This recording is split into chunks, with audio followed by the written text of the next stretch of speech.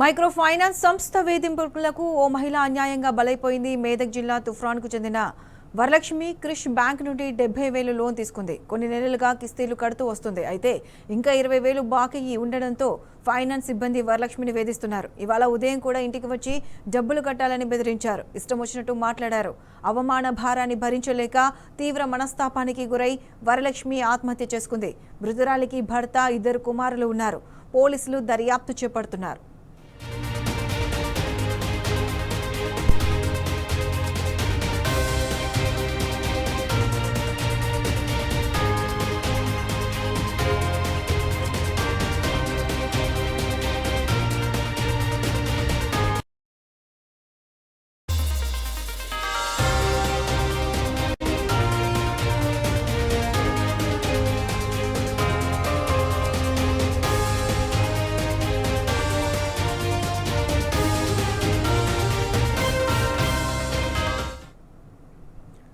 ఇదే అంశానికి సంబంధించి పూర్తి అప్డేట్స్ మా ప్రతినిధి రంగాచారి అందిస్తారు. రంగాచారి.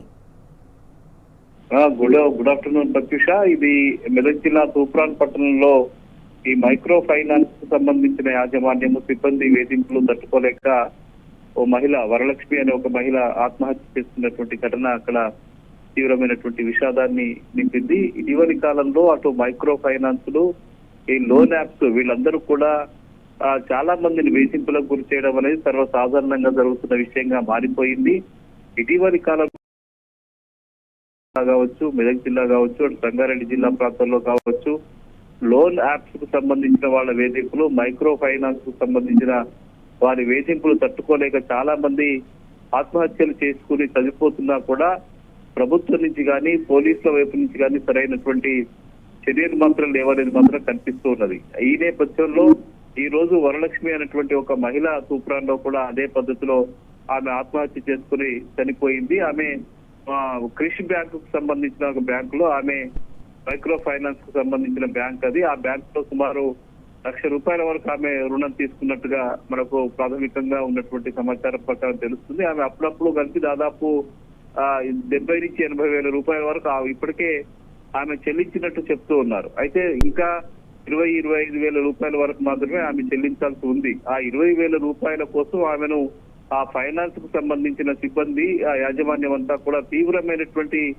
మానసిక వేదనకు గురి చేయడము, ఇంటి వద్దకు వెళ్లి అల్లరి చేయడము, ఆమెను అబాస్పాలు చేయడము, అవమానించడము లాంటి సంఘటనలు ఇటీవల జరుగుతున్నట్టుగా తెలుస్తుంది. ఈ నేపథ్యంలోనే ఆమె పలుమార్లు చాలా ఆందోళనకు గురినట్టుగా చుట్టుపక్కల వాళ్ళు చెప్తున్న దాని ప్రకారం తెలుస్తూ ఉన్నది. వాళ్ళు వచ్చి ఇంటి వద్ద అవమానకరంగా మాట్లాడడము, ఇబ్బంది పెట్టడము ఇవన్నీ జరుగుతున్న నేపథ్యంలో ఆమె మానసికంగా తీవ్రమైనటువంటి ఒత్తిడికి గురయ్యి ఆమె ఈ రోజు ఆత్మహత్య చేసుకుని చనిపోయినట్టుగా తెలుస్తుంది. అయితే ఈ ఘటనకు సంబంధించి పోలీసులు కేసు నమోదు చేసుకుని దర్యాప్తు చేస్తున్నారు. అందుకు సంబంధించి ఒక 2 వ్యక్తుల్ని కూడా వాళ్ళు అదుపులోకి తీసుకున్నట్టుగా మనకు తెలుస్తుంది. అదుపులోకి తీసుకుని వాళ్ళను ప్రశ్నిస్తూ ఉన్నారు. అయితే ఈ సంఘటనలు జరిగినప్పుడు అప్పటికప్పుడు ఏదో ఉపశమనంగా పోలీసులు చర్యలు తీసుకోవడము, వాళ్ళని తాత్కాలికంగా అరెస్ట్ చేయడం, ఏదో రిమాండ్ పంపడం ఇది సర్వసాధారణంగా జరుగుతూ ఉన్నది.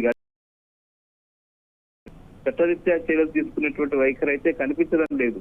చాలా మంది ముఖ్యంగా లోన్ యాప్స్ కు సంబంధించిన వాళ్ళ వేధింపులు అయితే చాలా తీవ్రమైనటువంటి స్థాయిలో ఉన్నాయి. వాళ్ళు లోన్లు ఇవ్వడము, పట్టి వాళ్ళకు లోన్లు ఇవ్వడము, లోన్లు చెల్లించడం కోసం పెద్ద ఎత్తున ఒక్కొక్కరి నుంచి సుమారు 10 నుంచి 15% వరకు వడ్డీలు వసూలు చేయడం అనేది జరుగుతూ ఉన్నది. ఈ వడ్డీలు చెల్లించలేక, అసలు చెల్లించలేక చాలా మంది అనేక ఇబ్బందుల పాలవుతున్నటువంటి పరిస్థితి. లోన్లు కట్టని సందర్భంలో వాళ్ళ పట్ల అవమానకరమైనటువంటి పద్ధతుల్లో వ్యవహరించడము, వాళ్ళ కుటుంబ సభ్యుల పట్ల అవమానకరంగా వ్యవహరించడము, లోన్ తీసుకున్న వ్యక్తుల యొక్క వాళ్ళ కుటుంబ సభ్యులు, మహిళల పట్ల కూడా అసభ్యకరమైనటువంటి ఫోటోలను సోషల్ మీడియాలో వైరల్ చేయడము, వాటికి సంబంధించినవన్నీ కూడా జరుగుతున్న నేపథ్యంలో చాలా ప్రాంతాల్లో అవమానానికి గురైనటువంటి చాలా మంది ఆత్మహత్యలు చేసుకుని చనిపోతున్నటువంటి ఘటనలు జరుగుతూ ఉన్నాయి. సిద్దిపేటలో గత 2 సంవత్సరాల క్రితం ఒక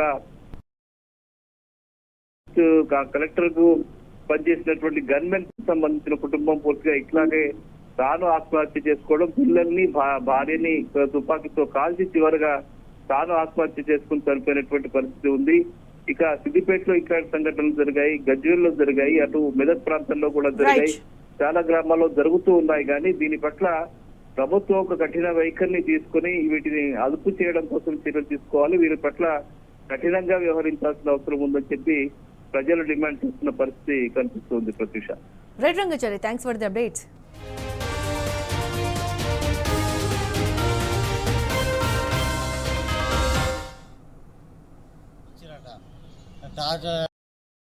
అన్నట్టు మాట్లాడారట. అంటే అన్నందుకు ఆమె ఒక్కటే లోన్ కదా సార్, 4 లోన్లు తీసుకుంది. ఒకటి 8 లక్షలు ఉంది, ఒకటి 80,000 ఉంది, ఒకటి 60,000 ఉంది. పెండింగ్ ఉంది సార్. అది ఇబ్బంది పెడుతున్నారు కట్టాలని. 5 స్టార్ వాళ్ళు కూడా నోటీస్ పంపిస్తామని వాళ్ళు ఇబ్బంది పెడుతున్నారు. సాయంత్రం వరకు కట్టకపోతే మంచిగా ఉన్నది, సీరియస్ యాక్షన్ తీసుకుంటాం అది ఇది అని ఏమో అన్నారు. రికవరీ ఏజెంట్ అయినా డైలీ వస్తారైనా, అంటే సండే కానీ ప్రతి డే వచ్చి డే టార్చర్ చేస్తాం. డబ్బులు కట్టాలి మాకు, లేకపోతే సివియర్ యాక్షన్ తీసుకుంటాము, ఇల్లు సీజ్ చేస్తాము, మీరు ఏమన్నా చేసుకోండి, మీరు అమౌంట్ కట్టాలి మాకు. దగ్గరకు వచ్చింది సార్, నాకు ఫోన్ చేసిండు. నేను మా భార్య ఉంది ఇంటికాడ, మా భార్య నాకు ఫోన్ చేసింది, నువ్వు ఏమన్నా చేసుకుని నేను చచ్చిపోవాలన్నా, నాకు పైసలు ఇబ్బంది ఉంది, నేను ఇప్పుడు ఈ నెల కట్టలేను, వచ్చే నెల కడతాను నేను అన్నా. అంటే లేదు నాకు ఖచ్చితంగా ఈ రోజు కావాలి, నువ్వు స్వస్థ బతావ నాకు సంబంధం లేదు, నాకు పైసలు కావాలి కన్ఫర్మ్ అని వాడు అన్నాడు. నేను అన్నా నాకు ఖచ్చితంగా ఈ రోజు అయితే లేవు, వచ్చే నెల కట్టుకుంటాను, నేను ఈ నెల అసలు కట్టలేను అన్నా. ఇప్పుడు ఈ పైసల గురించి నేను తావాలంటే నేను తాగలేను, నాకు పిల్లలు, నా పరిస్థితి బాగాలేదు, కట్టలేను, ఈ నెల వచ్చే నెలనే కడతాను నేను అన్నా. అంటే లేదు సాయంత్రం కట్టాలంటే నువ్వు వచ్చినా సరే నేను కట్టా, నువ్వేం చేసుకుంటో చేసుకో అని చెప్పేసి నేను ఫోన్ కట్ చేసి. సండే రోజు రావద్దంటే వాళ్ళు పండుగలు మాకు సంబంధం లేదంటారు సార్. పండుగలు ఆదివారాలు ఇవన్నీ మాకేం లేవు, ఖచ్చితంగా వసూలు చేస్తాం. ఆఫ్టర్ సాయంత్రం పూట 5 గంటల 5 తర్వాత 6 రాత్రి 9 గంటల దాకా కూడా టార్చర్ చేస్తారు. వీళ్ళు ఈమె ఎక్కడైతే పని చేస్తుందో అక్కడికి వెళ్ళి కూడా మరి కట్టరా అని చెప్పేసి అక్కడ టార్చర్ చేస్తారు. ఇవన్నీ బాధలకు భరించలేక ఆమె ఇట్లా చేసింది సార్.